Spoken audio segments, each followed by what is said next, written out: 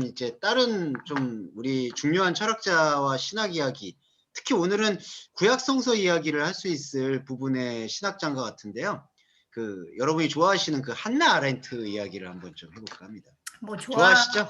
네. 압니까? 한나 아렌트 아시는 분? 네.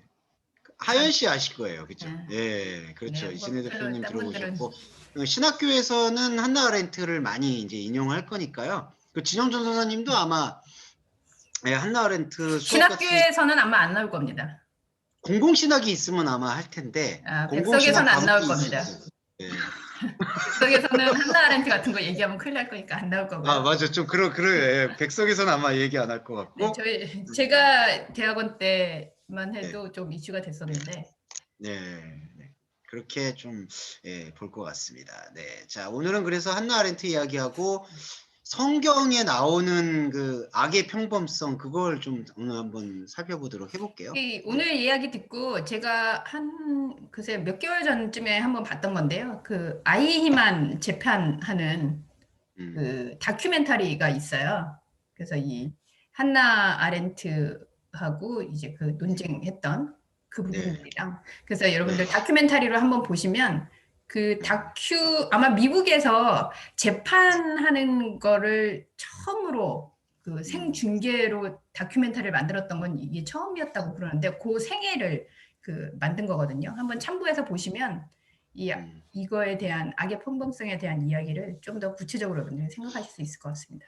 예, 그래서 우리 간단히 자료 좀 살펴보고 다큐멘터리 영상 간단히 좀 보고 그 다음에 얘기 나누면 좋을 것 같아요.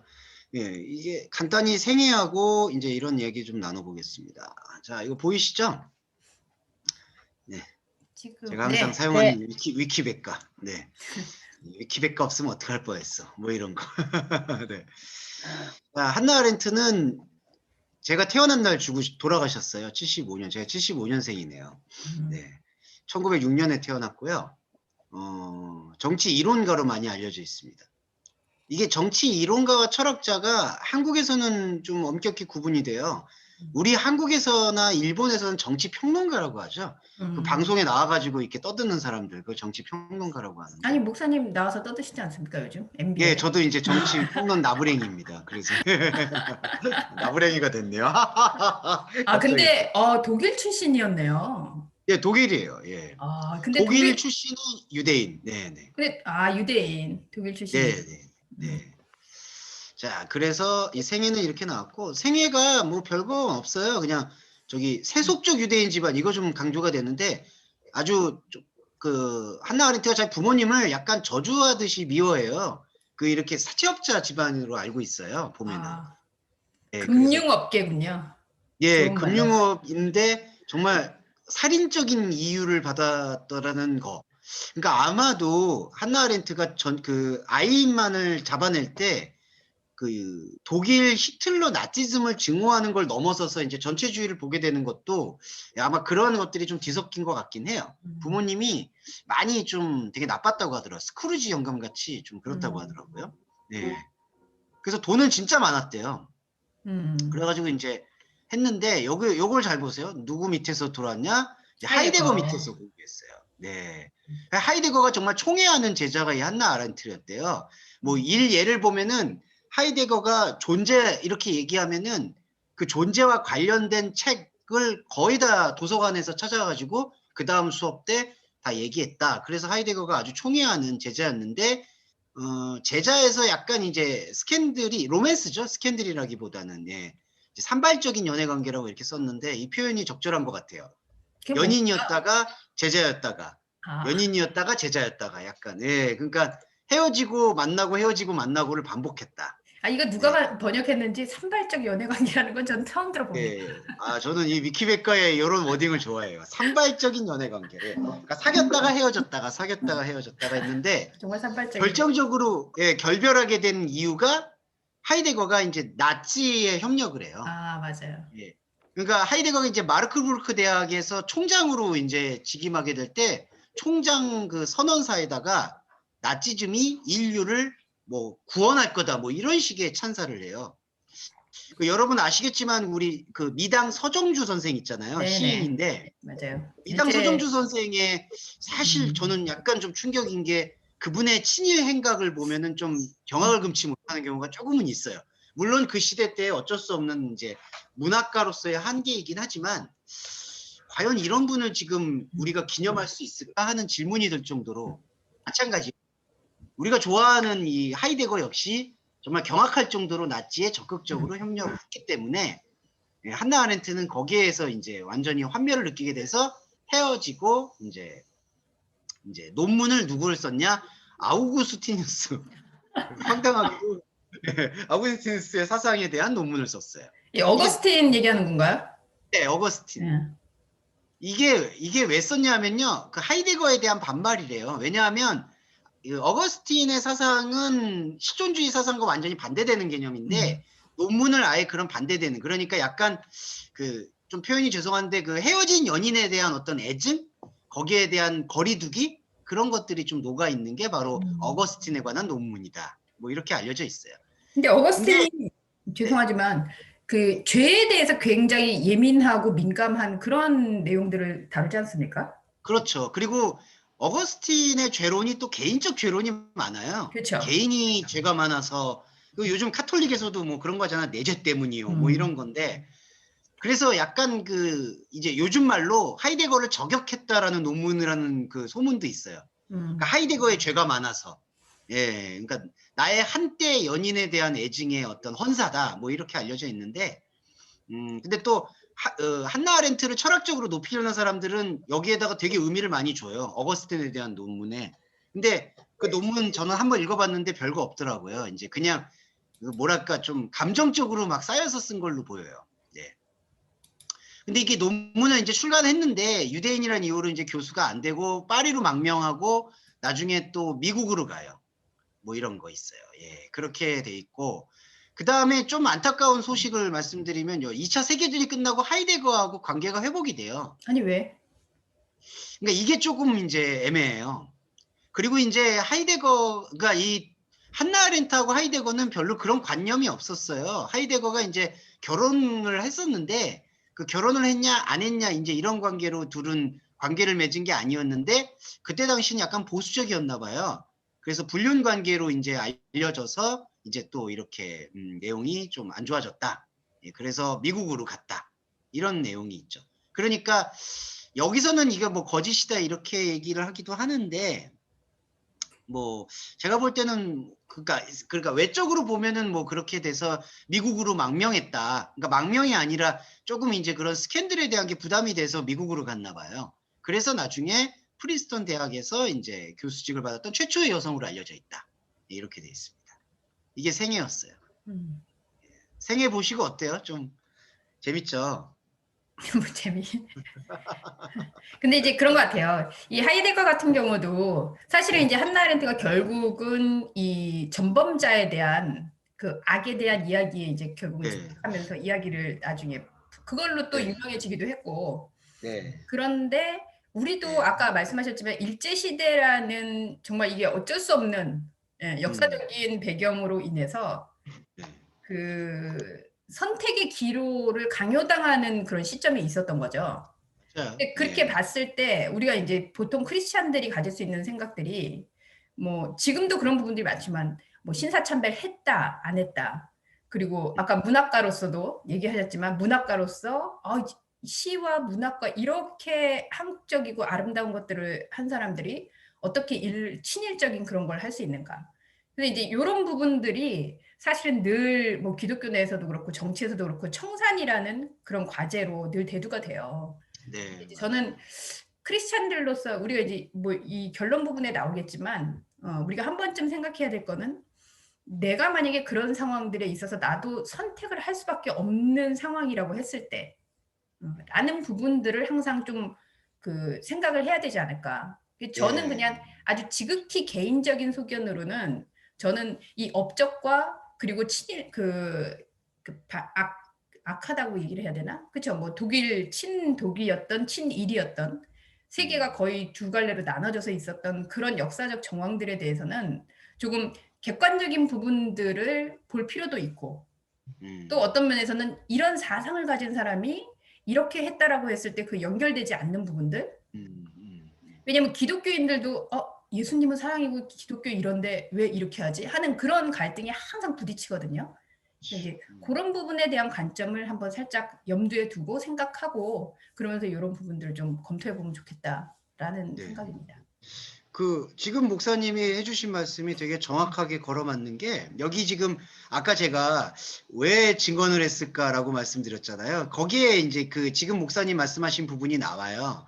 그러니까 하이데거가 본질적인 목적은 대학을 지키기 위한 부분이 좀 맞았던 것 같아요. 그러니까 하이데거의 전략은 나치즘에게 동조하는 모습을 보임으로써 학문적인 정체성을 보호하자라는 게 하이데거의 원래 목적이었고, 사실 실제로 그렇게 학문적인 정체성을 보호함으로 인해서 오늘의 실존주의 철학이 사실은 독일 철학의 가장 중요한 뿌리로 자리를 잡았거든요. 그러니까 2차 세계대전이 있었던 그 광풍에서 하이데거는 어떻게 보면 역설적으로 나치즘에 동조하는 모습을 보임으로써 자신의 대학에서 검열을 피할 수가 있었던 거는 사실이에요. 네. 왜냐하면 논문 검사를 안 했었거든요. 근데 다른 대학들은 저항을 하는 어정쩡한 태도 때문에 사실은 이른바 다 털렸어요. 논문도 털리고, 이른바 게슈타포가 대학교 수업에 들어와가지고 이렇게 팔짱을 그렇죠. 끼고 지켜보는 일들이 있었죠. 근데 하이데거의 대학은, 하이데거가 총장으로 있는 대학은 그런 것으로부터 자유로웠던 이제 있었죠. 한나 아렌트가 이제 나중에 청문회에서 증언할 때 그런 얘기들을 다 자료로 제시했기 때문에 사실은 그 부분은 딱 이렇게 이분법적으로 얘기하기에는 조금은 어렵다. 그런데 후대의 학자들은 이제 한나 아렌트를 비판하기로는 하이데거에 대한 남자에 대한 연정을 못 버려서 하이데거의 나치 행각을 옹호했다. 이제 그렇게 좀 공격하는 수단으로 많이 이제 비판을 해요. 네. 근데 저는 이제 약간 한나 아렌트가 오히려 조금 더 객관적으로 증언하지는 않았을까. 거기에도 무게중심을 두는 게 저의 조금 지지되는 입장이긴 해요. 그렇죠. 왜냐면은 우리도 사실은 친일 그러면 알러지처럼 막 이렇게 하지만 네. 정말 미안하게도 지금 특히 학문적인 거라든지 대학이라든지 이런 부분에 있어서 이 친일의 잔재들에서 혜택을 보고 있는 부분들도 없지 않다는 거죠. 그러니까 우리가 역사적인 정황들을 나는 거기하고 전혀 상관없어 이렇게 뗄 수 있는 부분들이 아니기 때문에, 그래서 이제 기독교인으로서 이런 역사적인 성찰이나 뭐 특히 이런 과거에 어쩔 수 없이 시대적으로 있는 상태들, 그리고 이제 특히 이제 우리도 지금 현대 사회에서 기독교인으로 살아간다는 부분에 있어서 역사적인 정황, 이런 부분들을 본다고 했을 때 우리가 지금 이렇게 철학을 공부하는 이유가 그런 부분에 대한 어떻게 밸런스, 균형 있는 그런 생각을 가질 수 있는가. 그 부분이 우리의 과제이기도 합니다. 네. 자, 잘 말씀해 주셨고, 자, 이제 성과에 대해서 좀 볼게요. 이거 잘 정리가 됐더라고요. 네. 아렌트의 업적이 요 키워드로 압축이 돼요. 권력의 속성, 정치, authority, 권위, 그리고 전체주의. 네, 이렇게 키워드로 압축이 될 것 같고, 당시에 독일 신학의 흐름에서 이런 게 있었어요. 인간은 스스로 신적인 지성을 갖고 있기 때문에 자유만 철저하게 주어지면 인간은 영원한 평화 사회를 이룰 수 있다. 그거 뭐 저기 하현 전도사님이나 진영 전도사님 들어보셨겠지만 이제 슐라이에르 마을하는 이제 종교 감정을 주장한 신학자가, 진영이는 아직 들을 때가 아니에요. 아니 나중에 계속 듣게 될 거예요. 되게 못생긴 학자예요. 이게 슐라이에르 마을가 또 외모 평가주의. 죄송해요. 죄송합니다. 외모비하. 예. 슐라이어가 진짜 못생겼대요. 그래서 뭐 이렇게 학교에 들어가면 나는 스캔들이 없어서 아마 안심이야. 뭐 이렇게 얘기했고 실제로 스캔들이 없었대요. 뭐 이게 죄송합니다. 이게 또 하늘에 계신 또 슐라이어르 마르가 들으면 또 뭐라 그럴 텐데, 네, 슐라이어르 마르나 뭐 하르낙 같은 학자들이 이제 그렇게 역사 진보학, 낭만적인 뭐 그런 걸 해서 자유가 주어진다, 충분하다. 그래서 정치는 자유의 신여가 돼야 된다, 뭐 이런 주장을 했었는데 한나 아렌트는 그걸 반대로 본 거예요. 자유를 프라이버시, 사적인 거에 주지 말고 자유는 철저하게 공적인 것이어야 된다. 그래야지 이 전체주의에 맞설 수 있다. 그걸 이제 주장한 게 한나 아렌트의 업적이고, 이 한나 아렌트가 생각하는 자유, 그러니까 공공성이 보장된 자유들이 이제 그런 이 역사적 사료가 그리스의 폴리스, 그러니까 이제 헬라 철학 시대 때 이렇게 광장에 나와가지고 어떤 사상과 철학을 논하는 게 폴리스였잖아요. 유대인들은 그때 당시에 시나고그 회당에서 율법을 가르쳤고 그 헬라 철학의 대가들은 이제 광장에서 이렇게 이야기를 나눴다. 그게 그리스의 폴리스고 그 미국의 이거 타운십이라는 건요. 이게 그 보안관들이 모여가지고 땅을 어떻게 나눌까에서부터 시작된 그 공론장이었대요. 그러니까 옛날에는 깃발만 꽂으면 미국은 땅이자 자기 땅이 되잖아요. 근데 너무 그게 혼란스러우니까 땅을 어떻게 나눠 가질지 우리 한번 토론을 해보자라고 시작된 전통에서 타운십이 이제 형성되기 시작했대요. 그래서 이 타운십은 요즘에 지금 민주당이나 공화당이 선거 운동할 때 사람들이 다 원으로 둘러싸이고 막 트럼프나 바이든이 막 이렇게 외치잖아요. 약간 그러한 선거 운동의 효시가 됐다. 그렇게 알려져 있고요. 그다음에 파리 코민. 파리 코민은 그냥 우리나라로 말하면 밤샘 토론 같은 걸로 생각하시면 될 것 같아요. 그러니까 사람들이 그냥 자연스럽게 모여서 와인이나 이런 걸 한 잔 들고 그냥 밤새도록 이제 논의를 했던 그런 문화가 바로 파리 코민 문화다. 이렇게. 그러니까 아렌트는 그런 것들을 이제 공적인 자유의 대표적인 예다. 뭐 이렇게 알려졌던 것 같아요. 자, 이게 이제 자유와 공공성을 집어넣은 아렌트의 독특한 개념이고, 그 다음에 가장 유명한 이제 아렌트의 사상이 바로 악의 평범성인데, 악은 근본적이고, 근본적이란 요 단어는 종교적인 걸 아마 이렇게 근본적으로 번역한 것 같아요. 악이 종교적인 거냐 아니면은 그 매널리티한 거냐. 근데 이거 이삭 씨한테 물어보고 싶은데 이 매널리티는 어떻게 그러니까 어떻게 번역되는 게 좋아요, 이게? 번역을 묻는 저도 겁니까, 이삭에게? 아니, 저도 솔직히 처음 들어봐가지고 그 단어를. 신원이 혹시 이 나올- 단어 아닙니까? 아, 모르네요. 우리 네. 유진이 이 단어가 혹시 잘 쓰이는 단어가 아닌데. 유진이가 오히려 번역은 더 네. 잘해서 네. 네, 유진이 지금 잠시 없네요. 네, 네. 넘어가겠습니다. 네, 알겠습니다. 혹시 저기 이진혜 대표님 이거 어떻게 번역하는 게 네. 예. 네. 예, 이게 좀 원래 뜻은 보니까 지루하다라는 뜻이더라고요. 제가 좀 원문을 찾아봤는데 라틴어에서 유래했더라고요. 네, 바날리티 이렇게 연계된 것 같은데 지루함. 지루하단 말하고는 지루함. 지금 여기에 가로로 설명이 돼 있는 거로는 거의 군중심리 같은 느낌을 주는데 예, 근데 이거는 후대에서, 그러니까 이거를 이제 해석한 부분일 것 해석할 때. 같고요. 예, 단어의 원래 뜻은 지루함인데, 저는 그 지루함에서 이 매널리티에 조금 실마리를 잡을 수 있지 않을까. 그 지루하다라는 것은 반복에서부터 또 이렇게 원인이 되더라고요. 변함이 그러니까, 없다. 예, 반복되는 일상. 그래서 반복되는 일상이 가져다주는 지루함. 근데 그 지루함은 사실은 안정감도 같이 주는. 그러니까 왜냐하면 사람이 계속 반복되는 일상, 반복되는 말을 통해서 안정감을 얻는다고 하더라고요. 네. 근데 그 안정감의 기원이 바로 이 지루함과 연결되어 있다. 자, 이게 좀 이제 중요한 건데, 안정감을 통해서 얻게 되는 거는 사실은 비판적 성찰보다는 그냥 문해화적인 사고방식. 그래서 여기 이제 이게 해석이 된 것 같아요. 평범한 사람들이 그들의 활동에 대해서 아무런 비판적 사고 없이 명령에 복종하고 의견을 따르는 경향, 이렇게 발전된 것 같은데, 바로 일상이 주는 안전함, 거기서 오는 지루함을 성찰을 통해서 해소하는 게 아니라, 그러니까 반복되는 일상에서 우리가 지루함을 느끼잖아요.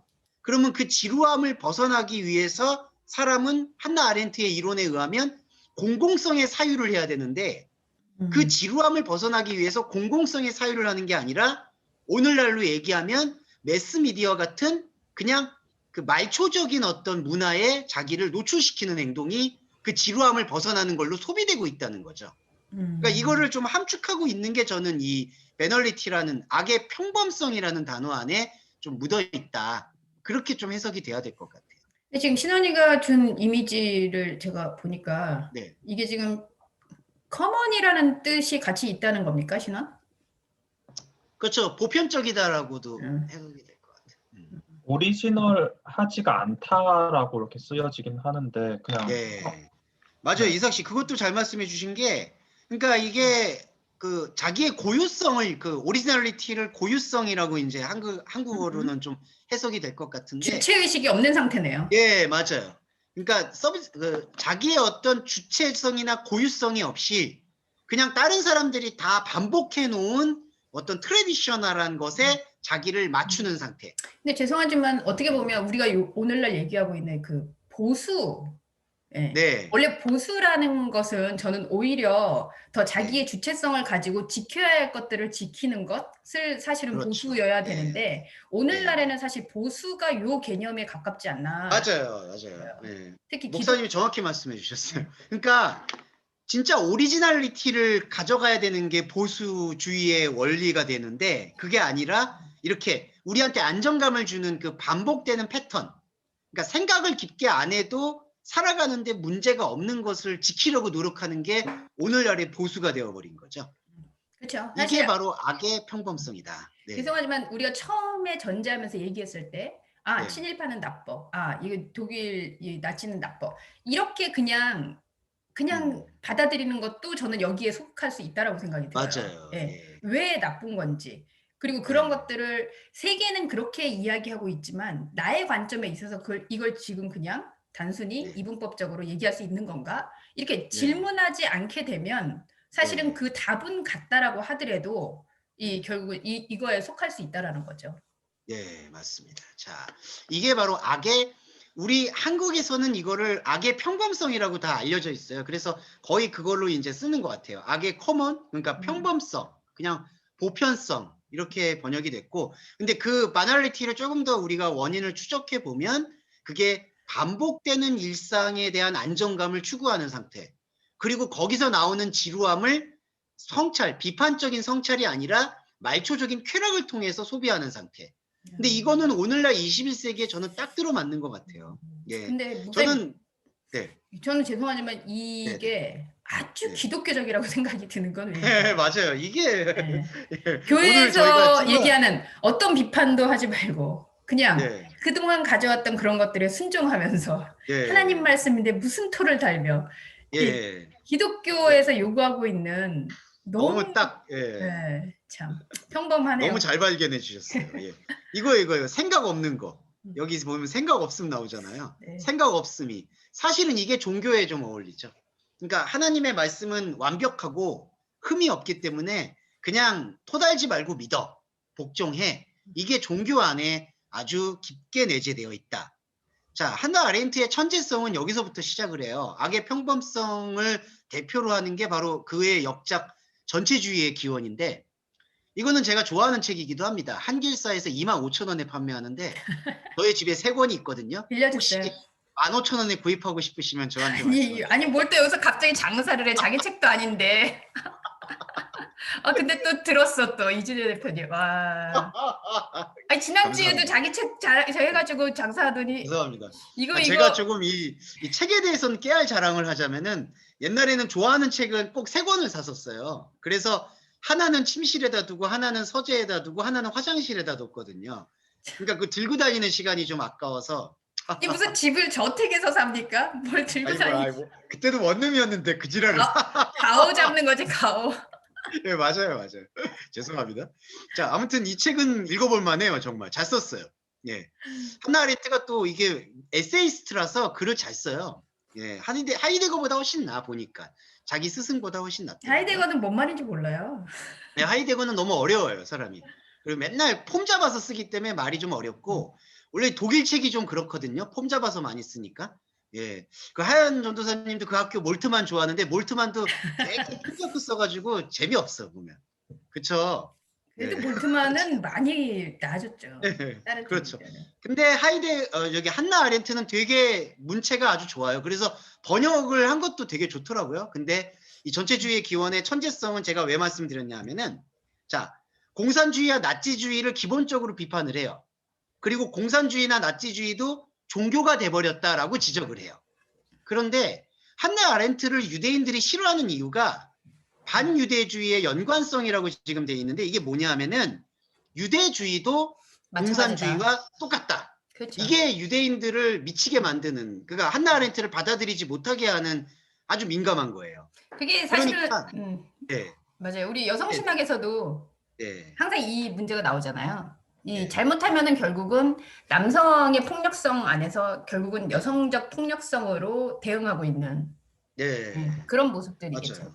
그렇죠. 그러니까 이 예루살렘의 아이만이라는 책을 썼던 이유는 공산주의와 나치주의를 그때 당시에 유대주의에 의한 종교적인 악으로 봐야 되는 게 아니라 사회 구조적인 악으로 봐야 된다라고 주장하는 게 아렌트의 주장인 거예요. 그러니까 당시의 유대인들이나 그 시오니스트죠. 이스라엘을 건국한 사람들은 이 공산주의와 나치주의를 종교적 악으로 보는 거예요. 그 오늘날 여러분 그 선교단체 인터콥 아시죠? 그 인터콥이 얘기하는 것처럼 예루살렘이 신성하게 회복이 돼야 된다는 것처럼 보는 것처럼 죄송합니다. 그때 당시에 공산주의와 나치주의를 그 유대주의자들은 종교로 봤던 거죠. 종교적인 악. 근데 한나 아렌트는 그 공산주의와 나치주의를 종교적인 악으로 보고 있는 그 시오니즘, 이스라엘 사람들, 당신의 생각이 오늘날 당신들이 희생자가 된 원인이 됐다. 되게 민감하지만 중요한 걸 지적한 거죠. 그러니까 유대인들이 뿌리 깊게 구약 성경도 읽어보시면 아시겠지만 선민의식이 있잖아요. 나는 택함받은 백성이고 모든 사람들은 택함받지 못한 백성. 그게 유대인들의 사고방식이었거든요.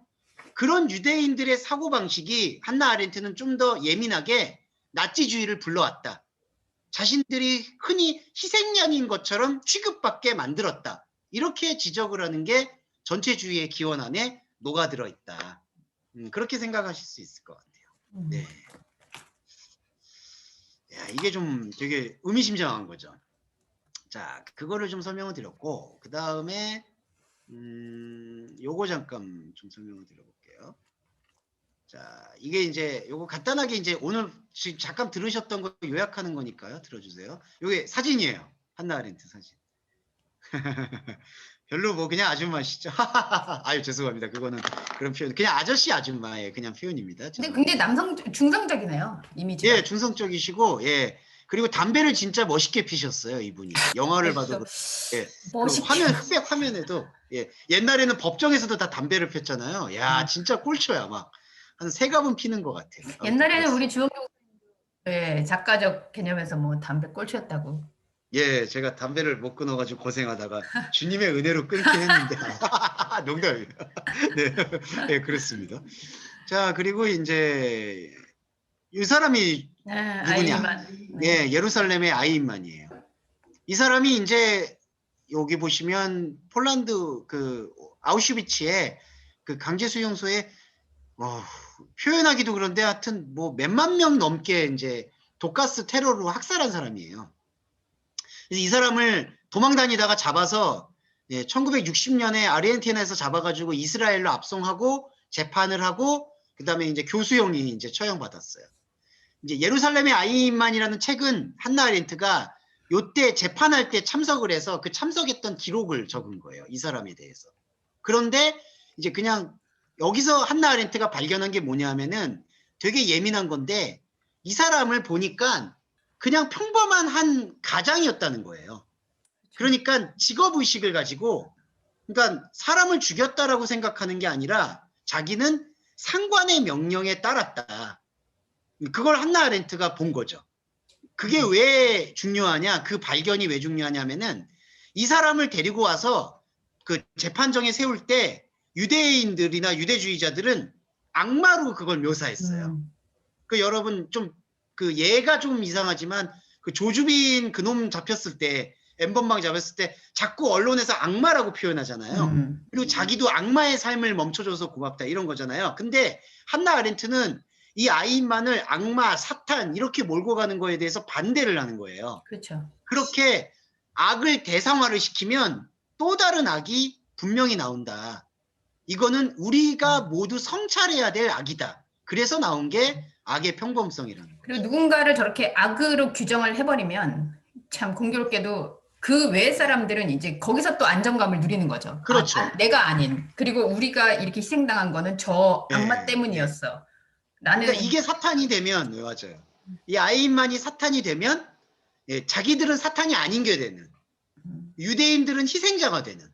근데 그거를 한나 아렌트가 상당히 예민하게 짚은 게 바로 악의 평범성이다. 근데 뭐 예. 지금 우리나라에서 사건 사고들 나는 거나 또 반인륜적이라고 나오는 그런 사건들을 보면 사실은 굉장히 공동적이에요. 그 부분에 예, 대해서 맞아요. 사람들이 굉장히 쉽게 그 부분에 대해서 저런 악 이렇게 얘기하는데 예, 특히 누구나가 공감할 수 있는 악이라고 생각하는 그런 예, 부분들에 대해서 사실은 우리가 한 번 더 생각해야 되는 지점들이 있는 거죠. 맞아요. 그렇습니다. 그리고 또 한나 아렌트가 하나같이 반대했던 게, 자, 여기 아르헨티나에서 아이만이 잡혔거든요. 그 여러분 그 이스라엘의 CIA 같은 모사드가 잡았어요. 이 모사드가 이때부터 유명했는데 지금도 이제 그런 테러 행위들을 많이 해요. 그 무슬림들을 이렇게 잡아 죽이고 하는 것들을 모사드가 많이 하는데, 아이만을 잡아서요 국제재판소로 안 가져가고 사실은 자국으로 그냥 데리고 온 거예요. 네. 복수하고 싶었던 거죠. 예, 그렇죠. 그러니까 이게 사적 복수라고 생각해서 이걸 아렌트가 반대를 했던 거예요.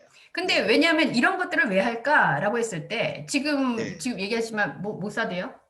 네. 여기가 이것 때문에 유명해졌다. 이거는 어떤 면에서는 자기들의 어떤 단체 입지 그리고 정치적인 포지션 이런 것들이 마련되는 거거든요. 그러니까 그렇죠, 그렇죠. 어떤 부분에서 이 악에 대해서 막 추궁하는 분들이 사실 이것도 불법이잖아요. 네. 예. 그런데 그렇게 어떻게 잡았냐, 이 사람들을 어떻게 대하냐 이런 거 생각 없이 이 사람들이 악한 거니까 이들을 잡았다 그러면 자기들이 정의심이 생기는 거죠. 그렇죠. 네. 그래서 이런 목사님 잘 부분들이 말씀해 굉장히 주신 게, 많아요.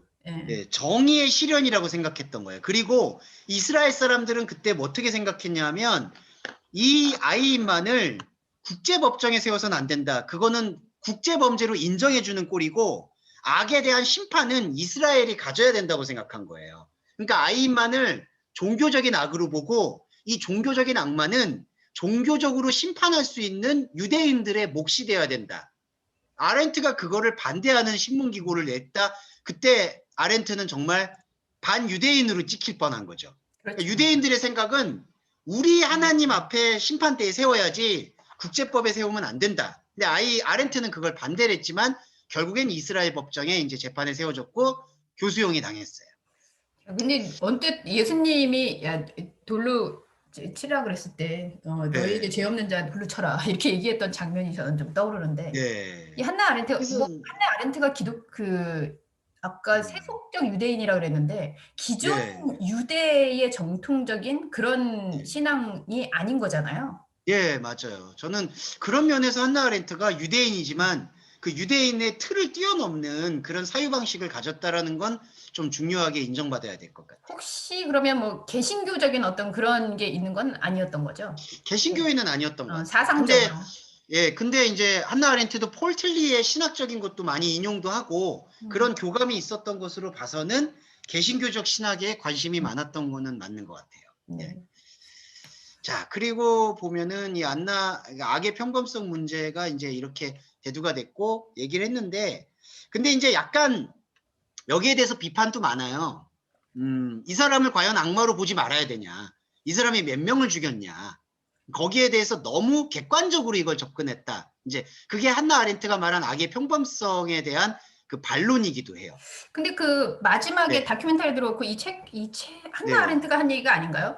결국은 재판을 하면서 이 재판에서 승소했던 이유가 이제 재판의 과정들을 사람들이 보면서 이제 이 사람이 너무 뻔뻔하다 이렇게 생각을 하는데 근데 어떤 면에서 지금의 재판이라고 한다면 사실 이게 사형감일까 이런 생각이 들기도 해요. 왜냐하면 그렇죠. 자기는 늘 그냥 똑같은 일을 직장에서 주어진 일을 했는데 그렇죠. 그게 사람 죽이는 일이 되었다라는 부분 때문에 하고 있다면 우리 역시도 뭐 사실 지금 현재에도 굉장히 유사하게 벌어지는 일들이 많고 그러니까 생각을 해보시면 맞아요, 목사님.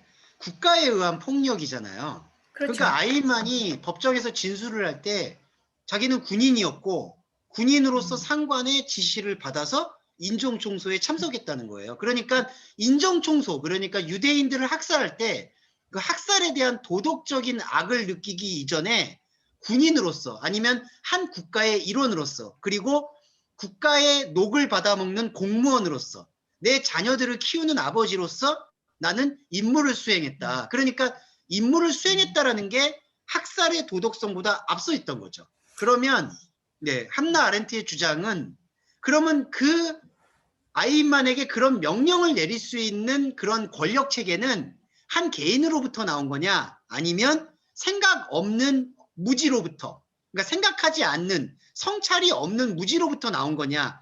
한나 아렌트가 그 성찰 없는 무지, 곧 그렇죠. 대중으로부터 나왔다, 이렇게 꼽았던 것 같아요. 그러니까 그 부분을 강조했던 게 사실은 이 사람의 유죄 판결이 되는데 결정적이라고 생각하는데, 네. 내가 하고 있는 일에 대해서, 이거는 현대인들 우리에게도 마찬가지인 것 같아요.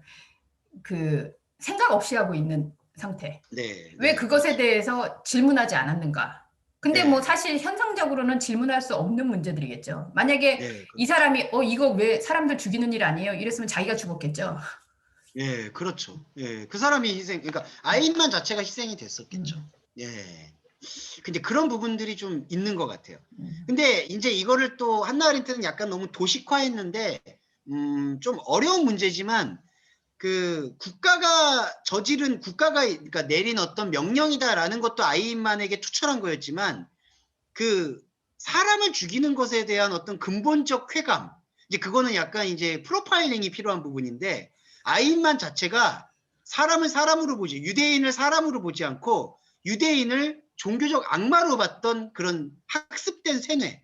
그러니까 아인만도 유대인들이 인류를 갉아먹는 존벌레라는 인식을 가졌던 거죠. 이제 이런 어떤 종교성, 그러니까 그게 되게 이렇게 얽혀 있다. 이걸 우리가 조금은 인지해야 될 것 같아요. 그러니까 아인만이 신념을 가졌던 게 두 가지가, 하나는 히틀러라는 나치즘에 의한 그것이 국가의 명령이다라는 게 하나였고, 또 하나는 유대인은 종교적으로 죽여야만 되는 민족, 그런 어떤 종교적 광기, 이게 두 가지가 얽혀 있던 것 같고요. 아인만 얘기를 하면서 이제 히틀러 얘기를 잠깐 드리면, 히틀러 역시 생각 없는 대중이 키워낸 악마다. 그러니까 히틀러가 악마라는 것과 등식이 성립돼야 되기보다는 히틀러를 악마로 만든 것, 그러니까 대상화된 악으로 오히려 우상숭배를 한 것은 대중에게도 자리 잡고 있다. 그거를 근데 좀 생각해 봐야 그럴 돼요. 수밖에 없는 게요. 사실 뭐 저도 지난번에 얼마 전에 이제 그 히틀러에 대한 다큐멘터리를 좀 봤는데, 결국은 히틀러는 요즘 얘기로 하면 이 퍼포먼스 잘하는 뭐 싸이나 김장훈이나 뭐 이런 스타일이에요. 만약에 지금도 우리 방탄소년단 뭐 이런 거에서 막 아이돌이라고 해서 대단하잖아요. 근데 네. 이들이 어디서 나오느냐 했을 때 결국은 대중의 욕망이 그런, 네. 왜냐면 애초부터 그 사람들이 뭐 짠 하고 아이돌로 있는 게 아니고 그들이 네. 하는 어떤 모습들이 사실 우리의 열망 가운데서 튀어나온 거죠. 네. 그러니까 우리 안에서 사실은 뭐 죄송합니다. 너무 축약하는 게 있지만 우리 안에 있는 히틀러가 밖으로 나오게 됐는데, 그게 현상적으로 대중이라는 이 예. 평가를 엮이면 결국은 그런 시대적인 아이돌이 나오게 되는 거죠. 그렇죠. 그 부분을 부정할 수는 없을 것 같아요. 근데 안타깝게도 우리가 기독교인으로서 생각해야 되는 건, 네. 예수가 사실은 예수로부터 우리가 나와야 되는데, 네. 우리 안에서 그런 부분들로 인해서 아이돌인 예수가 등장을 하게 되면 이게 이제 굉장히 골치 아파지는 거죠. 네. 그런 질문들이 있어야 되는 거죠. 자, 이 한나 아렌트에 대한 한국에서는 나름대로 가장 탁월한 접근을 하신 분이 이 허연이라는 기자예요. 시인이기도 한데, 예, 허연이라는 기자가 이게 쓴 작품을 블로그로 지금 본 건데, 이거 신문 연재 작품인데요. 한나 아렌트의 전체주의 기원을 어떻게 지금 인식했냐 하면, 바로 전체주의 기원을 대중에서 찾는다. 근데 아까 악의 평범성이 일상의 지루함을 해소하려는 대중의 분노라고 말씀을 드렸을 때, 생각하지 않는 분노가 광기를 일으킨다라고 볼 수가 있는 거죠. 조직되지 않고 구조화되지 않은 대중, 절망적이고 증오로 가득한 대중은 지도자에게서 구원을 기대한다. 근데 이 나치즘이라는 2차 세계대전 때는 히틀러에게서 구원을 기대했던 거고, 왜냐하면 독일이 1차 세계대전 패망하면서 너무 패배의식이 강했는데, 그 패배의식을 지워줄 수 있도록 일종의 메시아처럼 히틀러가 등장했기 때문에 이 전체주의가 가능했다. 그러니까 히틀러가 그런 찌질한 사람이 혼자 권력을 잡을 수 있게 되는 것은 대중의 지지가 없으면 안 되는 것 같아요. 그럼요. 그래서 이게 조금 저는 되게 예민하게 보는데, 과연 오늘의 지금 이 투표주의가 이게 좀 많이 생각해야 될 필요성은 있는 것 같아요. 그러니까 이 정치라는 게 자꾸 이게 한 사람의 투표권에 의한 그걸로 넘어가는데 이게 지지율이 되고 대중의 만족, 대중의 분노를 달래기 위해서 정치나 사회나 제도나 복지가 계속 이루어지다 보니까 과연 이게 옳은 방향으로 가느냐. 그리고 오늘날 제가 개신교까지 같이 비판해서 말씀을 드리면 대형 교회가 이제는 내세가 되는 그 이유가 혹시라도 이 절망과 증오에 가득 찬 대중에게 어떤 예수의 메시아니즘을 그 일상의 지루함을 벗어나기 위한 하나의 화끈한 이벤트로 지금 삼고 있지는 않느냐. 이런 것까지도 그렇죠. 저희가. 사실은 뭐 조심스러운 게 아니고 사실은 그런 부분들이 극대화된 게 사실은 이단이겠죠. 네, 맞아요. 기독교가 이단성을 죄송합니다. 뭐 네. 이렇게 얘기하면 이제 그 오해가 있을 수도 있겠지만 네. 그런데 사실이에요. 우리 안에 있는 이런 자기 삶으로부터의 어떤 바라는 이상이든지 아니면 네. 탈피하고 싶은 어떤 면이든지 그게 네. 종교와 결합이 되면서 사실 네. 거기에서 이제 아이돌이 등장을 하죠. 근데 네. 요즘 우리가 볼 때 이단이나 아니면은 뭐 그냥 일반 보수교단이라고 얘기하면서 등장하는 그 교주에 맞먹는 그 네. 사람들을 성직자들을 보면서 아, 네. 어떻게 저런 사람들 따라가지? 이렇게 생각하지 않습니까? 네. 그런데 그들을 따르고 있는 사람들의 일상의 부분들을 조금 뭐 다 보편화할 수는 없습니다만 보면 지금 여기에서 지금 주목사님이 얘기하고 있는 일상에서의 자기 안에서의 그 불편함이든 욕망이 됐든 이런 것들이 투영이 되는 거죠. 네, 맞아요. 그러니까 요즘 우리나라 보세요. 정말 여기저기서 정치적 아이돌이 되고자 하는 이 성직자들이 얼마나 많이 등장을 하는지. 그럼요. 여러분, 정광훈 씨 사태는 바로 거기에 대표적 사례라고 보시면 돼요. 저는 이제 그분을 목사라고 부를 수가 없는 입장, 그러니까 부를 수가 없어야 된다고 생각해요. 목사라는 이름의 훼손이기 때문에 그거는 좀 있고. 왜냐하면 여기 보세요. 저는 뭐라고 얘기하지 않겠습니다. 네, 저는 고견해입니다. 인간다운 방식으로 정치, 사회, 경제적 고통을 완화하는 일이 불가능해 보일 때 전체주의는 강한 유혹의 형태로 다시 눈을 뜬다. 오늘날에 정치적으로 말하고 종교적으로 말해도 한국 사회도 이러한 지금 형태를 띠고 있고 그 미국의 트럼피즘이라고 할 수 있잖아요. 트럼프에 대한 열광. 그 트럼프에 대한 열광도 바로 이 전체주의적 열광과 크게 다르지 않다. 근데 종교 세력하고 거기도 연합이 돼 있죠. 그렇죠. 이 성조기라고 일컬어지는 미국에 대한 성조기와 그리고 그다음에 기독교. 청교도적 기독교. 그리고 이단을 척결하기 위한 순교자적 자세. 이런 것들이 지금 결합되어 있는 게 오늘날 현상과 오늘날 또 교회를 조금 지배하고 있지는 않는가. 마지막으로 하나만 예를 들어보면 그때 나치즘을 따르던 사람들이 자신들이 승리하지 않을 것을 예감하는 사람도 많다고 해요. 그러니까 게슈타포라고 해서 나치즘 안에 있던 사람들이.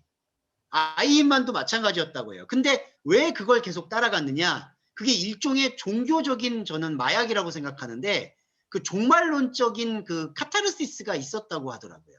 그러니까 뭐냐? 우리는 여기서 만약에 죽는다고 해도 이것은 순교다. 나치즘으로 얘기하면 거룩한 국가주의에 의한 순교 혹은 종교적으로 들어오면은 신에 대한 순교. 자, 이러한 전체주의는 오늘날 이슬람의 극단주의와 분리주의에서도 나타나고 있고 기독교의 극단적인 분리주의 안에서도 눈을 뜨고 있다. 이런 것들이 오늘 우리가 한나 아렌트를 통해서 조금은 배울 수 있어야 될 것 같고 그 다음에 이제 제가 비평적으로 말씀드리고 싶은 것은 한나 아렌트가 이제 이런 대안으로 내세운 게 그 공공성 사유라고 하거든요. 그러니까 이걸 오늘날 뭐 집단 지성이라든지 공론장이라고 해서 그러니까 많이 공공성에 대해서 대화할 수 있는 자리를 이제 마련해 보자. 그런 어떤 시민사회의 토론의 장을 이제 가져가는 게 대안이다라고 얘기했는데 그런 대안들이 과연 유효할까? 어렵죠. 이제 그런 어떤 회의적인 질문들이 많이 드는 거죠. 우리나라 뭐 얼마 전에도 손석희 씨가 또 토론했습니다만 토론, 좌담 이런 거 나온 거 보세요. 나오면 공론이 안 돼요. 자기 얘기만 주장하는 게 공론이에요. 네, 그렇죠. 그러니까 자기 생각의 주장들이 이제 너무 강하게 왔기 때문에 과연 그런 공공성만이 담지가 될 수 있을 것일까? 그게 이제 한나 아렌트가 생각한 죄송한 말인데 조금은 순진한 어떤 유토피아가 아닐까. 그러니까 사람들이 그리스의 폴리스처럼 모여서 대화를 하다 보면 민주적인 사유가 성찰할 것이다.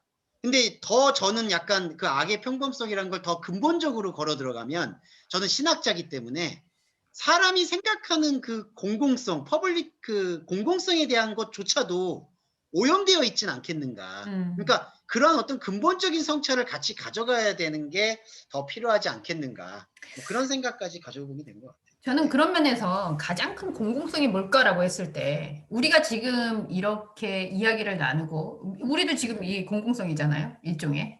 네. 그런데 각 개인이 내 안에서 나의 공공성, 그렇죠? 네. 내 안에서 나의 이 다양한 사유들이 같이 치열하게 그 생각을 나누고, 그러니까 내 안에서 이게 이렇게 생각할 수 있는 건가? 저렇게 생각할 수 있는 건가? 네. 치열하게 이 안에서의 사실은 공공성의 광장이 필요하다고 생각하고요. 특히 맞아요. 기독교인들은 내 안에서 이게 우리는 보통 이제 그거를 뭐 성찰이라고 생각할 수도 있고, 네. 그런데 이 공공성이 내 안에서 끊임없이 일어나는 상태로 누군가와 같이 만났다. 그럼 이게 공공성의 연대가 되는 거죠. 그러니까 그렇죠. 저는 네. 결국은 공공성은 외부로부터 있거나 장소적으로 있거나 어떤 그 집단에게 있는 게 아니라 한 개인 안에서의 이런 공공성이 이루어질 때 그 공공성을 가지고 있는 사람들의 연대가 가능하다. 저는 그렇게 생각이 들어요. 그리고 기독교는 맞아요. 철저히. 그래서 우리가 기독교 안에서도 개인의 구원, 그러니까 개인의 구원에 대한 끊임없는 성찰이 없는데 만나서 으쌰으쌰 하면서 막 감격의 예배를 드리고 거기에서 감동이 있고 눈물을 흘리고 이거는 공공성이 아니라는 거죠. 네. 그렇게 되면 우리가 생각하는 생각 없이 딸려가는 지금 얘기했던 평범성, 보편성에 의한 신앙으로 가게 되는데 이거는 결코 내 안에서의 그런 공공성의 근원이 없는 진짜 평범성 그렇게 갈 수 그렇죠. 있다라는 거죠. 네. 자, 이제 그 말씀 잘해주셔서 하나만 더 덧붙이면 한나 아렌트가 사실은 한나 아렌트는 되게 신학적이라고 볼 수가 있어요. 그런데 한나 아렌트가 놓치고 있는 게 뭐냐? 개인의 공공성이라는 영역을 좀 놓치고 있는 것 같아요. 그러니까 한나 아렌트는 개인이 혼자 있으면 안 된다. 그 자기 스승 때문에 그런 것 같아요. 하이데거가 개인적인 어떤 실존주의 철학만 연구하다 보니까 결국 나치즘이 독일을 지배하는 것을 방치했다라고 생각을 해서 그런지 개인이 혼자 있는 건 다 그러니까 사적인 거다. 그거는 공공성이 아니다. 사람들은 모두 모여서 집단으로 생각을 해야 된다. 그렇게 생각을 했는데 저는 집단으로 생각하는 것 자체가 잘못하면 전체주의가 될 수 있다는 거예요. 개인의 공공성. 그러니까 아까 주 목사님 말씀하신 것처럼 개인이 철저히 찾아가는 게 한나 아렌트는 그거를 개인주의, 이기주의라고 봤는데 그게 아니라 한 개인이 자신의 공공성을 찾아가는 것. 이게 제일 필요하다는 사유방식이라고 보고요. 자, 성경을 이제 저도 신학자다 보니까 좀 성경 얘기를 안 할 수가 없는 게 성경을 읽게 될 때요. 개인의 공공성을 찾는 게 어떤 방식이 있냐? 성경을 객관적으로 보는 게 오히려 개인의 공공성을 회복해요. 그렇죠. 우리가 성경을 사적으로 보는 경향이 많거든요. 이른바 우리가 익숙하게 해온 큐티라는 방식이 좀 그런 건데, 그러니까 말씀을 들을 때 오늘 이 말씀이 나의 삶에 어떻게 적용될까를 생각하잖아요. 근데 그거는 사적인 행동이라는 거예요.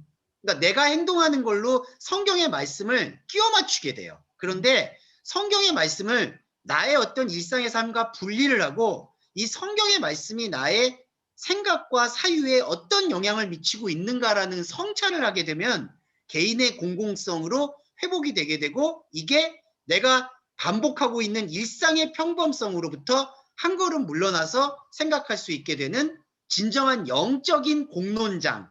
그게 이제 스피리추얼 퍼블릭 스페이스라고 표현할 수 있겠는데 영적인 공공장소를 우리가 마련할 수 있다. 저는 그런 비전이 조금은 생길 수 있을 거라는 생각을 하게 된 것 같아요. 맞아요. 네. 그 보통 우리가 성경을 이제 거울이라고 얘기하지 않습니까? 근데 이제 지금은 거울의 개념이 달라진 것 같아요. 왜냐면 옛날에는 우리는 거울을 보면 거울이 있는 그대로의 나의 모습을 보면서 내가 거기에서 들여다보는 것들을 통해서 이제 나를 교정하게 되는 거죠. 근데 요즘은 핸드폰으로 하면은 내가 원하는 모습으로 나를 바꿀 수가 있어요. 그러니까 거울을 보는 개념이 미러의 개념이 좀 많이 달라지는 건데 지금 말씀하신 대로 성경을 읽으면서 사실은 저는 이제 무조건 이거는 좋은 거고 이거는 나쁜 거고 이런 부분보다는 이 공공성과 주관성이 어떻게 공존이 가능하지? 네. 왜냐면 우리에게는 그 사실 우리가 지금 객관과 주관을 얘기하는 것처럼 객관성과 주관성이라는 게 공유될 수 있는 시스템이 인간 안에 들어있는 거잖아요. 예. 그렇죠. 그런데 우리는 보통 내가 하면 다 객관적이라고 얘기해요. 내 기준에 맞춰서. 예. 그리고 남이 얘기했는데 나하고 안 맞으면 저건 너무 주관적이야. 이렇게 얘기해요. 네, 맞아요. 그러면 이 주관과 객관 사이에 어디에 있어야 될까? 저는 그 고민의 장이 공공성이라고 생각이 들어요. 근데 그 고민이 어디에 돼 있느냐? 사실 성경은 끊임없이 우리에게 이 존재적인 그 존재라는 어떤 주관성이죠. 그거를 객관성 안에서 그 세계와 분리시키면서 계속 볼 수 있도록 하는 데 있어서의 지침이 아닐 수 없거든요. 근데 성경 자체를 보는 방향을 어떻게 설정하느냐에 따라서 그게 달라진다고 생각이 듭니다. 맞습니다. 안 그러면 왜냐하면 지금 소위 말하는 보수라고 얘기하시고 정치적으로 이 성직자들이 나서는 이유도 다 성경 때문이잖아요. 하나님이 말씀하셨다. 하나님이 나를 선지자로 세우셨다. 하나님이 우리를 지금 말씀으로 인도하신다. 이런 얘기 안 한 사람이 어디 있어요? 다 성경이죠. 근데 처음에 얘기한 것처럼 과연 그리스도가 나에게서 나오느냐, 내가 그리스도로부터 나오느냐, 이 방향을 어떻게 설정할 수 있을지, 우리가 지금 이렇게 치열하게 뭐 성경을 가지고도 얘기했었지만 지금 철학이라는 것, 객관적인 세상의 이론들을 통해서 성경을 지금 다시 생각해 보는 이유도 끊임없이 우리가 그냥 기존에 가지고 있던 그 틀로 이해해 오던 부분들에서 제동을 걸고 멈춰서 생각해 보는 거. 잠깐 이야기를 나눠보는 거. 이게 저는 우리에게서 공론의 그 습관을 들이는 훈련이라고 생각이 들어요. 네. 네, 맞습니다. 그리고 기독교 안에서 치열하게 이 습관이 확산돼야 되고, 뭐 사실 뭐 주목사님이나 이진혜 대표님이나 저만 해도 이미 지나가고 있는 세대 아닙니까? 맞습니다. 다음 세대인 여러분들에게 기독교가 달렸어요, 진짜. 이 면피하는 거죠, 우리는. 맞아요. 네. 그래서 이런 내 자신뿐만 아니라 끊임없는 신학의 공론장, 그리고 지금 현상에 있는 하나하나 강론을 보면서 저 사람은 이래서 이단이야. 저거는 이러니까 안 돼. 이런 판단이 아니라 우리 안에서 진짜 성경은 어떤 부분들에 대해서 우리를 가이드하고 있는가. 이 방향성을 이렇게 설정하는 부분은 굉장히 모호하지만 저는 결국은 계속 움직이고 있는 상태다라는 생각을 해요. 네. 맞아요. 운동을 하더라도 보면은 뭐 테니스나 뭐 기타 어떤 운동이든 가만히 있다가 딱 하는 건 없거든요. 계속 움직이지 않습니까? 근데 그게 같이 운동에 포함되는 것처럼 뭐 제 손흥민을 너무 좋아합니다만 손흥민이가 가만히 있다가 골을 넣는 게 아니기 때문에 그러니까 우리도 사실은 이게 맞아? 틀려? 이럴 수 있는 여지들을 두고 계속 움직이는 거죠. 그렇게 움직이는 가운데 사실 그거 자체가 저는 공공성을 통해서 우리의 신앙을 찾아가는 여정이 될 거라고 생각이 들어요. 근데 문제는 기독교가 움직이지 않는다는 거죠. 네, 그렇죠. 네. 그러니까 평범성의 단어로 조입을 해보자라면은 일상의 지루함, 그러니까 종교적 지루함을 여러 이벤트로 메우고 있다 이렇게 평가할 수 있을 것 같아요. 그러니까 성경이라는 역동성을 좀 가져가는 게 아니라 그거는 성경은 다 결정이 돼 있고 이거는 신의 명령이고 이제는 이거를 일상에서 어떤 이벤트나 프로그램이나 그쵸. 여러 가지를 통해서 감정을 메워가는 그러니까 종교적 감정이죠. 그런 종교적 감정을 메워가는데 익숙하지 않을까. 그래서 여기 지금 신학 두 분이 하고 계시는데 신학교에서 배운 거하고 교회에서 하는 거하고 다르다고 맨날 얘기를 하시잖아, 목사님들이. 근데 이게 같아야 되거든요, 계속. 예. 근데 그게 달라지는 게 이런 악의 평범성 아니면 기독교의 평범성 이렇게 비판해 볼 수는 있을 것 같아요. 그러니까 교회에서 보통 우리 유진이처럼 마음이 여린 친구들은 항상 내가 하나님한테 예전에 비해서 이렇게 기도도 많이 안 하고 기도 안 해요. 우리 진영 같은 경우 내가 요즘 이렇게 마커스 때처럼 이렇게 뜨겁게 찬양도 안 하고 뭐 이럴 수 있어요. 이거 어떡해. 왜냐면 이제 저희 두 주가 거의 이렇게 찬물을 뿌리는 스타일이라서. 근데 내가 왜 예전처럼 그렇게 안 하지? 이 질문이 아니라 저는 한 단계 더 나간 질문으로 왜 내가 예전처럼 안 한다라는 것에 부담을 느끼고 있지? 내가 왜 예전처럼 그렇게 해야 된다라고 생각하고 있지? 이런 질문들로 조금씩 넘어가면 좋겠어요. 그러니까 그 토론이 필요하다는 거죠. 내 안에서 나와 토론. 나는 옛날에 이렇게 뜨겁게 막 찬양하고 막 기도하고 무릎 꿇고 막 이러던 게 좋은 신앙이라고 생각해 왔던 내가 지금 내 안에도 있는 거고요. 그랬을 때 지금 이렇게 철학적인 사고들 이런 것들을 통해서 막 끊임없이 질문을 일으키고 있는 나도 있고요. 그 가운데서 과거에 해오던 그거를 내가 못한다라고 했을 때 우리는 그냥 자연스럽게 종교적인 이 삶 안에서 내가 옛날처럼 뜨겁지 않아. 뭐 첫사랑을 잃어버렸어. 뭐 이렇게 생각할 수 있는데 내가 왜 그거를 첫사랑이라고 규정하고 있지? 그리고 그렇게 뜨겁게 하지 못하면 내가 뭔가 이렇게 안 한다라고 생각하고 있지?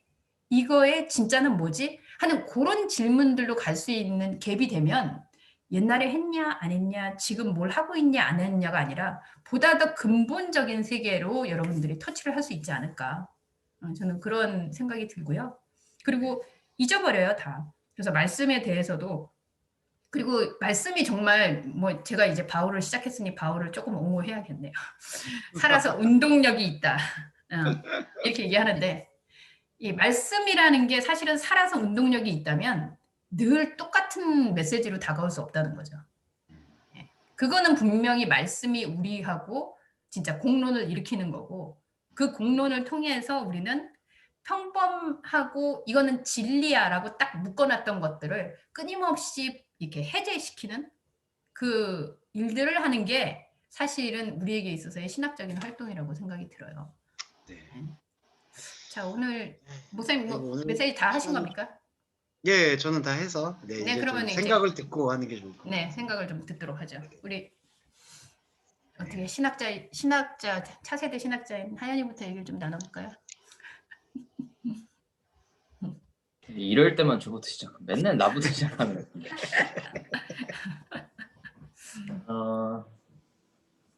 그러니까 뭐 한나 아렌트는 그래도 뭐 학교에서 따로 배우진 않지만 그래도 많이 이름이 언급이 되는 신학자라서 관심이 어느 정도 있어서 대강은 알고 있었는데, 근데 뭔가 그런 악의 평범성이라는 그 개념이 저는 오늘날에도 되게 유효하고 그게 또 잘 드러난 게 저는 이번에 미국을 보면서 약간 좀 그런 생각이 들었거든요. 어떻게 보면은 그 민주주의라는 그 집단 지성에 가장 인간이 만들어 놓은 제도 중에서 잘 활용하고 있는 제도 중에 하나긴 한데 그게 또 이번에 한계가 저는 굉장히 미국의 모습을 보면서 되게 드러났다라는 생각이 들더라고요. 근데 그런 모습들이 우리가 그런 집단 지성에 대한 이야기를 하는 그 자체도 어떻게 보면 변질되고 그게 이데올로기화가 되는 순간 종교화가 되고 어떤 하나의 그런 구심점이 아이돌화 되면서 이게 오히려 자기들의 악을 객관적으로 보지 못하고 자기들을 정당화하는 그런 수단이 됐을 때 오히려 집단지성이 더 무서울 수 있고 어떻게 보면 자기들 딴에는 객관적인 근거로서 그거를 활용을 하게 되잖아요. 그래서 뭔가 뭐 물론 플라톤도 뭐 옛날부터 얘기했지만 그런 집단 지성 혹은 어떤 민중이 그걸 뭐라 그러죠? 그 과반수가 항상 무서워질 수 있다라는 그 위험성, 항상 그 위험성을 오히려 경계하고 할 수 있는 게 개인의 공공성을 회복하는 부분이 아닌가 그런 좀 뭐 생각을 하게 됐어요. 네. 신학과는 좀 다르게 할 수도 있지만, 네. 우리가 철학이라는 이 주제를 가지고 가면서 이런 언어들, 단어들이 우리 안에 떠오를 수 있다는 게 좋은 것 같아요.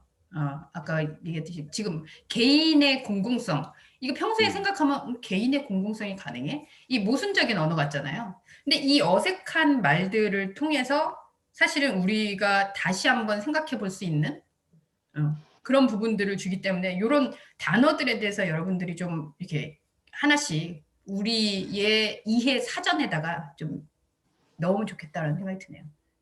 그리고 뭐 여러분 단어를 잘하면 그 말빨이 좋아지면은 있어 보여요. 이거 보세요. 또 죄송합니다. 갑자기 왜 평범성으로 갑니까 이거? 네, 죄송합니다. 죄송합니다. 여러분 그 목사님의 주관성과 평범성을 이렇게 이해해 주세요. 네. 네, 우리 또 그러면은 우리 진영 전도사님 한번. 맞아요. 네. 전도사님. 오늘도 찬물을 끼얹어 주신 두 분께 감사드리며 맨날 냉수 마찰이야. 아 진짜 요즘 뭔가 되게 대형교 다니면서 이런 찬물에 대해서 되게 더 뭔가 실감을 하고 직면하고 있는데요. 그래서 오늘 뭐 되게 들으면서 개인의 공공성이라는 단어 자체를 또 되게 뭔가 공공성이라는 단어를 알고는 있었지만 뭔가 이렇게 개인의 공공성에 대해서 되게 낯설게 느껴지더라고요. 그래서 조금 더 생각을 해봐야 되지 않을까. 네, 하는. 맞아요. 뭐 우리 이렇게 아트교회나 동서마승교회 여기에서 이제 있는 분들하고는 좀 다르겠지만 또 대형 교회로 지금 진출을 하셨잖아요. 네, 저도 대형 교회를 꽤 오랫동안 또 있으면서 그 경험을 했었는데 사실 이 현상이라는 세계에 대해서 근데 이렇게 철학적인 어떤 담론을 통해서 큰 덩어리들을 이론적인 부분들을 확립해 놓으면 사실은 그 현상 자체로 인해서 이게 대형이냐 소형이냐 이 사람이냐 저 사람이냐 이렇게 보기보다는 그 조금 더 얘기했던 개인의 공공성적인 측면으로 판단할 수 있는 기준들이 생기는 것 같아요. 그런 부분들 좀 염두에 두면 좋겠다는 생각이 드네요. 그다음에 우리 멀리 계신 공공사회에서 살고 계시는 신원님 혹시 뭐 공공성 그러면 캐나다가 끝판 아닙니까? 맞아요. 네. 얘기 들으면서 어떤 생각하시는지. 그냥 예전에 심리학 클래스에서 들었던 얘기여서. 한나 아렌트 심리학 클래스에서 심리학에서는 한나 아렌트를 왜 얘기했습니까? 그 인간의 평범성에 대한 얘기? 네. 그래서 어떤 생각이 들었어요? 얘기를 그냥 듣긴 늘 뭐 심리학에서 배운 게 있었는데 누구나 인간은 악을 행할 수도 있고 네, 좋은 사람일 수도 있다. 그렇죠. 누가 꼭 악한 사람이든 좋은 사람이 그런 게 없다고 배워가지고. 맞아요. 근데 왜냐면 우리가 악이라고 지금 정의해 놓고 있는 것도 사실은 현대사회에서 악이라고 했을 때 이쪽에서는 악인데 저쪽에서는 선이 되는 수도 있잖아요. 네. 지금 뭐 정치적 입장으로 나온 분들은 서로 일단 뭐 과거에 자기가 그 당이었던 어쨌든 상관없이 탈당하면 이제 저쪽이 다 악이 돼. 그러니까 이런 것들은 진짜 공공성이 아니라는 생각이 들어요. 그렇게 봤을 때 그럼 세상 다 이런데 우리끼리만 이렇게 고민하고 산다고 되나? 근데 그 지점이 저는 필요하다고 생각하는 거죠. 세상이 다 그런데 이게 맞나? 라고 질문하는 그 지점에서 저는 세상은 이미 변하고 있다라는 생각이 들어요. 그리고 그렇죠. 기독교가 잃어버린 게 바로 그 야성인 것 같은데요. 이름 자체가 프로테스탄트잖아요. 저항. 근데 세상에 대해서 그게 없죠. 그래서 그런 부분들이 맞아요. 누가 악이다 아니냐를 자꾸 규정 지으려는 그 평범한 습관에서 좀 벗어나서 이게 어디로부터 지금 근원되고 있나 그런 부분들을 생각해야 되지 않을까. 우리 유진 양은 어떻게?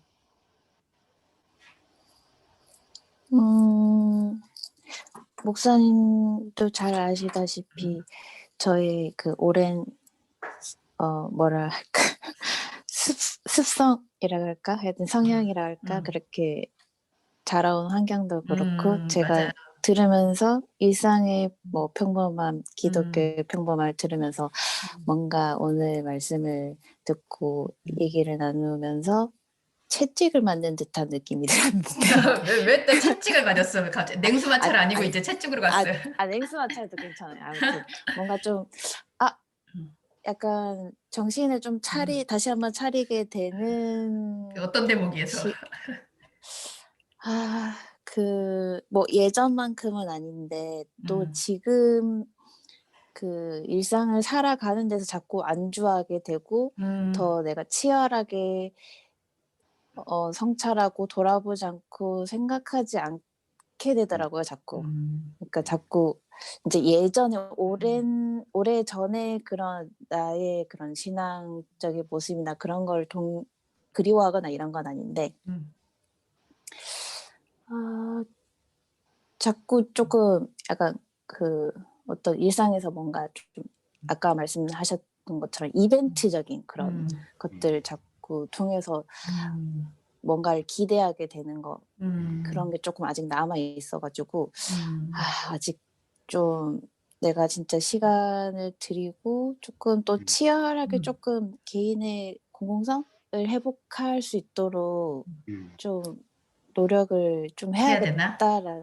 라고 생각하고 있죠, 지금. 저는 이 유진의 이 장점이자 조금은 어려운 점이기도 한데, 이렇게 유진은 성격 자체가, 그리고 성품 자체가 치열한 사람이 아니에요. 네. 어디다 붙여놔도 그냥, 그래요. 그냥 내가 알아서 할게요. 그리고 잘 따라주고 서포트하고. 그러니까 이걸 일적으로 얘기하면 행정가고요.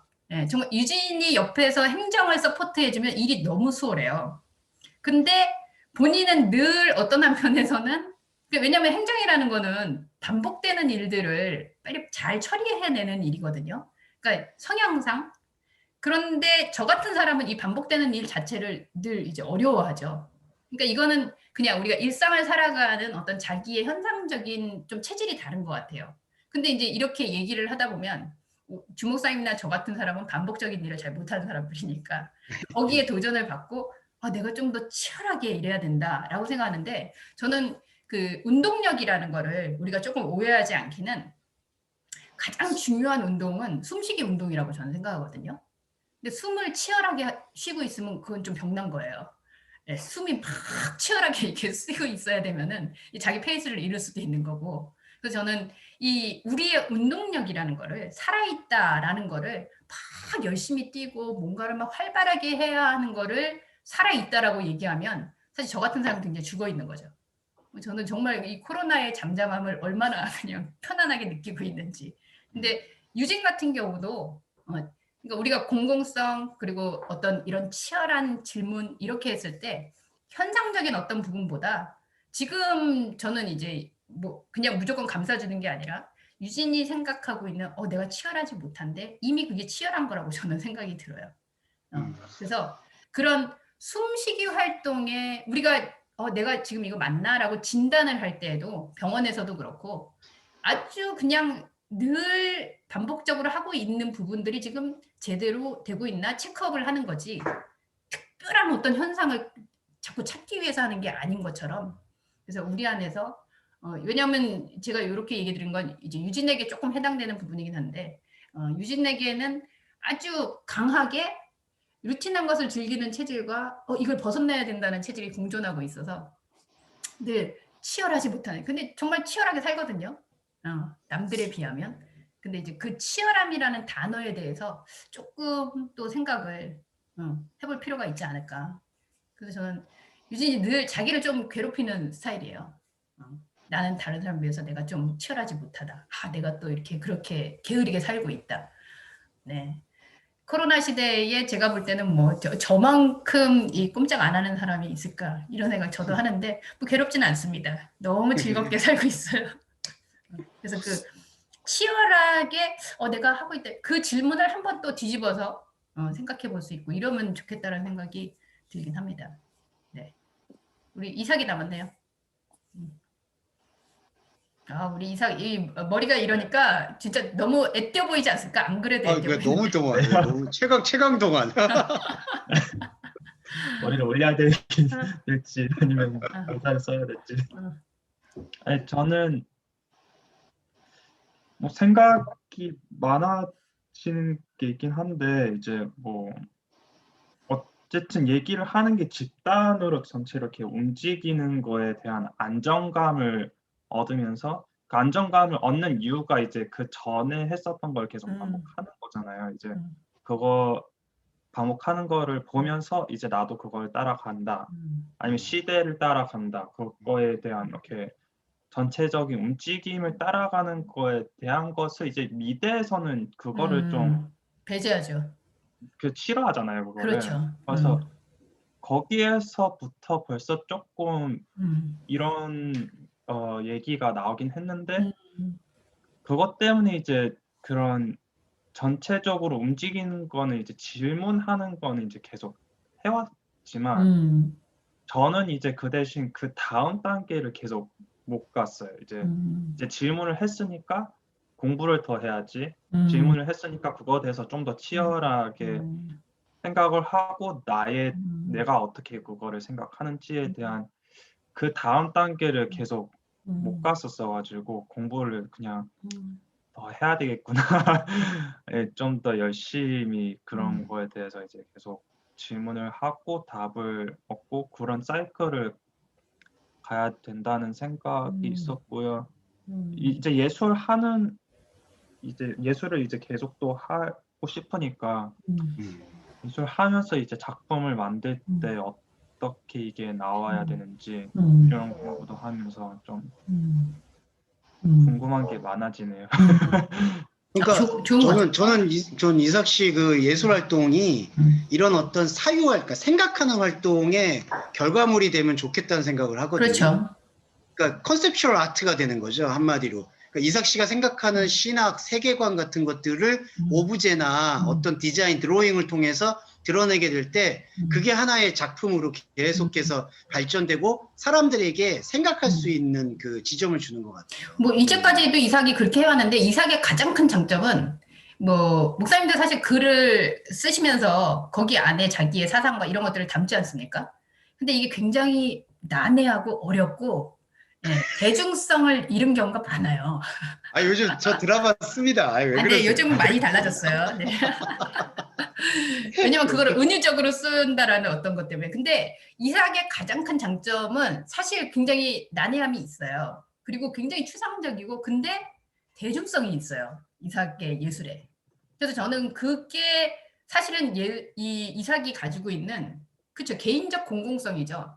그게 공공의 진짜 현상의 공공으로 나왔을 때에도 사람들이 뭔지는 몰라도 공감을 할 수 있는 그 공감력. 저는 예술가에게 이거는 진짜 큰 장점이라고 생각하고요. 근데 이제 그런 부분은 있는 것 같아요. 지금 얘기했듯이 예술, 우리 유지인도 이번에 예술 기획자로서 활동하면서 진짜 너무 그래서 요즘 자존감이 좀 떨어졌어요. 근데 예술은 우리가 미학이라고 얘기하는 것 자체가 사실 철학이잖아요. 그러니까 남들과 같지 않은 것을 계속해서 그 남을 뛰어넘는 거 넘어서 이제 자기 자신이 만들었던 걸 복사하지 않고 복제하지 않고 계속 새로움을 만들어내야 되니까 어쩔 수 없이 이 철학의 훈련이 되는 것 같아요. 그죠? 그 안에서 근데 왜냐면 뜬구름 잡는 게 아니고 그게 어떻게 해서 출처가 됐고 그게 어떤 내 생각에서 이런 것들이 풀어지고 그리고 사실은 우리가 단어를 선택하듯이 작품을 통해서 내 안에 있는 생각들을 표현해내는 거잖아요. 그런 훈련이 굉장히 잘 되는 반면에 한 부분은 그게 사실은 자기에게는 또 평범한 삶이 되는 거죠. 그러다 보니까 현상의 어떤 그 삶의 공공성 이런 부분하고 부딪힐 때는 오히려 괴리감이 굉장히 많아질 수 있다라고 생각이 들어요. 그래서 이삭 같은 경우는 드물지만 연예인이라든지 또 방송인이라든지 또 그 굉장히 우리가 추앙하고 있는 아티스트라든지 왜 현상에 괴리감이 올까라고 했을 때 그 자기 안에서의 공공성을 끊임없이 훈련하는 이 사람들이 현상이 그렇지 않음, 현상은 전혀 그렇지 않고 그냥 평범하게 살아가는 거기에서의 괴리감을 좁히지 못하면 거기서는 좀 이제 분열적인 어려움이 생기는 거죠. 그런 컨트롤을 하는 부분들의 연결성 이런 부분들이 사실 저도 이제 뭐 어쩔 수 없이 아티스트들하고 같이 활동을 하다 보면 이제 그 조율이 안 되면 이제 거기서 심적인 부분에 어려움들이 많이 오는 것 같아요. 그래서 그런 부분들을 컨트롤할 수 있는 그 부분들이 우리한테 이제 장치가 돼 있어야겠다. 근데 그거 역시도 사실은 이제 그러니까 현상과 이 부분 내 안에서의 공공성을 끊임없이 분리시키면서 같이 볼 수 있는 그런 부분인 것 같아요. 그리고 목사님한테 이제 메시지도 잠깐 한 것도 있긴 한데 이제 개인의 공공성이라는 게 결국에는 이제 자신한테 제일 솔직할 수 있는 그런 기회잖아요. 자신이 솔직하기 위해서. 근데 이제 작품을 만드는 것도 결국에는 자신에 대해서 계속 궁금증을 던지고 그런 걸로 인해서 이제 좀 솔직해질 수 있는 그런 전체적인 흐름을 따라가는 것보다 좀 그런 식으로 계속 생각을 하게 되는 것 같긴 해요. 그렇죠. 근데 저는 그런 생각이 들어요. 솔직하다라고 그랬을 때 우리가 자꾸 내 진짜가 뭐지인데 우리가 이렇게 다양한 스펙트럼을 가지고 있고 저는 그거를 발견하는 부분들을 조금 기쁨으로 누렸으면 좋겠다. 유진에게도 아까 마찬가지지만 내가 이런 부분에서는 그러니까 세상이 얘기하는 치열함과는 다른 면들이 있구나. 이런 부분에서는 나는 이렇게 생각하고 있구나 하는 것들이 왔을 때 왜냐면 그런 순간이 딱 오는 순간 우리는 또 다시 세상의 일반적인 거라는 거하고 다시 또 비교를 하기 시작해요. 예. 그렇게 되면 거기에서 나는 잘한다 못한다 또 이런 것들이 막 등장하거든요. 그러니까 나에게 이런 모습이 있었네. 저는 요즘 나 진짜 코로나19형 인간이구나 막 이런 걸 너무 느끼고 있어요. 예전에는 굉장히 나는 왜 이렇게 나가는 걸 힘들어하지 막 이러면서 그랬는데 이 시대를 통해서 이런 면이 있네. 그래서 그런 부분들을 발견하는 거를 진짜 기쁨으로 생각하다 보면 저는 그 발견 안에는 그리스도의 그 모습들이 우리 안에 들어오는 것과 연관성이 있다 그런 생각이 좀 듭니다. 그래서 우리 이삭이 지금 몇 살이죠? 25살인가 한국 나이로? 몇 년생이에요? 그러니까 97년생이에요. 97. 97. 우리 신원이가 그래도 아직 막내네요. 근데 신원이는 신원이 막내예요? 얼굴이 하도 어르신 같아가지고 항상 형님인 듯한. 우리 신원이하고 이삭이 얼굴 보면 정말 너무 세대 차이 나 보이지 않습니까? 신원 형님 같아. 너무 좋네요. 우리 이진혜 대표님 마지막 우리 마무리 발언. 악의 평범함을 아니 마무리는 우리 주목사님 해주시고요. 아니 우리 대표님이 이 대표님이 악에 대해서 말씀해 주세요. 그럼 마지막으로 하니까 숟가락만 얹으면 되니까 말씀하신 부분에서 이제 주현 목사님이 말씀하신 부분에서 내 안에서 나와 토론 우리 신앙인들은 내 안에서의 주님과 토론이라고 봐도 되겠죠. 근데 이제 내 안에서 나와 토론이 이제 같이 되게 깊게 와닿는데 어떻게 보면 아이만도 그렇고 그런 이제 저처럼 한 목회자한테 빠졌던 사람도 그렇고 그리고 또 모든 중독자들도 내 안에서의 그런 자기의 토론이 없었고 또 중독에 빠진 사람들의 또 특성이 저처럼 이제 그런 이단에 빠진 사람도 그렇고 결핍에서 온 거는 아닌가 뭔가 채우지 못한 그래서 내가 이제 하지 못했던 거를 저 사람이 이제 내가 아무리 공부해도 이해할 수 없는 성경 말씀을 저 사람은 이렇게 하는 것 같고 나한테 없는 카리스마도 저 사람이 있는 것 같고 정치적 중독도 마찬가지고 내가 잠깐 생각했던 부분은 그 사람 건드려주면 또 빠지고 그러니 결핍에서 오는 거 아닌가. 그래서 어떻게 보면 내 안에서 이제 그런 이제 토론이 없었고 내 안에 있는 정말 집단 무의식이 아니라 그 개인의 내가 의식적인 내가 내 깊이에 있는 무의식의 나를 끄집어냈으면은 이런 중독도 빠지지 않고 아이만 같은 건 도 없었고 그래서 좀 이렇게 반성을 하게 되네요. 그래서 오늘 참 중요한 시간이었어요. 사실 저는 그런 생각이 들어요. 제가 어떤 면에서 우리 신원이가 있으니까 저는 가족에 대해서도 너무 이제 소위 말하면 객관적인 입장을 취하다 보니까 정내미가 없다. 그래서 가족들에게 대해 지탄을 받고 있는데 근데 우리가 세상에 사는 사람으로서 또 존재하고 있기 때문에 늘 이렇게 우리 안에서의 어떤 공론을 일으켜서 바른 길만 간다? 사실은 그것도 저는 좀 평범성인 것 같아요. 우리가 바른 길을 가야만 한다. 이거 중독하지 말아야 된다. 이런 여러 가지 기준들에 의해서 또 그거를 얘기하고 있는. 그러니까 우리의 결론은 아마 이런 성찰들이 계속 이루어지면 결국은 그 분명한 기준들이 오히려 하나씩 좀 사라지지 않을까. 왜냐하면 그런 부분들이 분명하다는 것이 사실 우리 안에서의 공론이 활발하게 일어나고 있지 않을 수도 있다. 라는 역설이 되기 때문에 아마도 우리 안에 계속해서 이런 공론의 토론이 일어난다면 오히려 나에 대한 것이든 다른 사람에 대한 것이든 세계에 대한 것이든 사실은 그 판단에 명확하다고 생각했던 기준들이 오히려 하나씩 저는 없어지는 게 아니라 좀 열리는 거라고 생각이 들어요.